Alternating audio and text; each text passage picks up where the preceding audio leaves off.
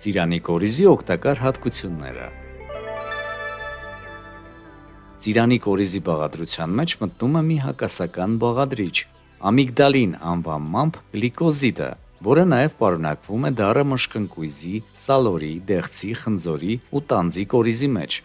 Ասում ենք հակասական, որովհետև մի կողմից կարծիք կա, որ այդ միացությունը պայքարում է քաղցկեղային բջիջների դեմ, իսկ մյուս կողմից կարող է վնասել օրգանիզմին։ Որքան ծիրանի կորիզ կարելի է ուտել օրական։ Բժիշկները խոսում են այն մասին, որ հում ծիրանի կորիզի օգտագործման օրական նորման կազմում է 40 գրամից ավելի, ինչը համապատասխանում է միջին պտուղների 20 և խոշորների 10 կորիզին։ Երեխաներին խորհուրդ չի տրվում օրական 2-3 կորիզից ավելի ուտել։ Միևնույն ժամանակ կարելի է հակափաստարկ բերել։ Մանկության տարիներին, ինչպես նաև հասուն կյանքում, մենք ավելի շատ ծիրանի կորիզ ենք կերել առանց օրգանիզմի համար որևէ հետևանքի, և դա փաստ է։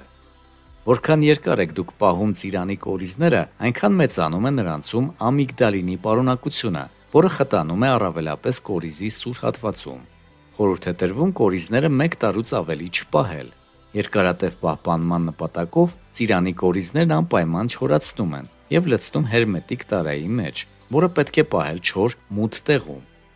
Բարձր ջերմաստիճանի ազդեցությամբ ամիգդալինը քայքայվում է, հետևաբար սինիլաթթուն չի ձևավորվում։ Դրա համար էլ համարվում է, որ առողջության համար վնասակար են հենց հում դառը կորիզները։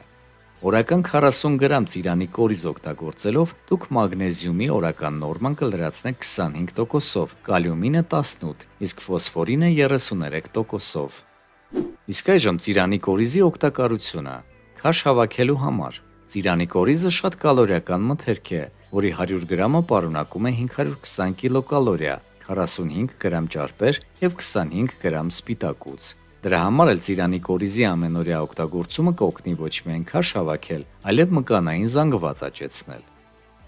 Սրտի աշխատանքի կարգավորման համար։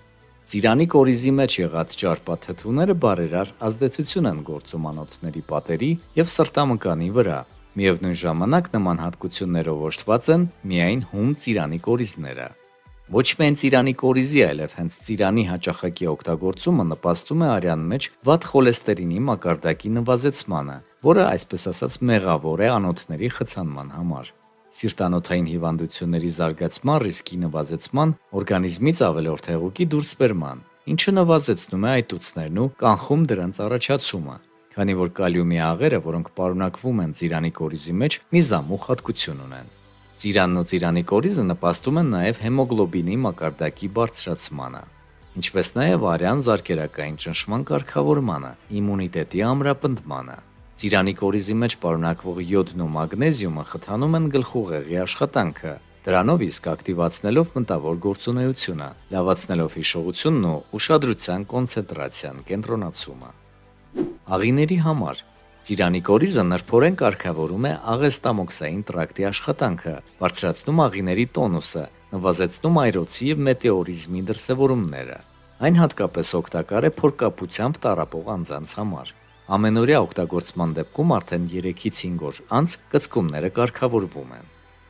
Հելմինտների դեմ։ Ծիրանի կորիզը հնուց ի վեր կիրառվել է որպես արդյունավետ հակաճիճվային միջոց։ Բավական է օրական ուտել 15-ից 20 ծիրանի կորիզ և մի քանի օրերի ընթացքում կազատվեք ճիճուներից։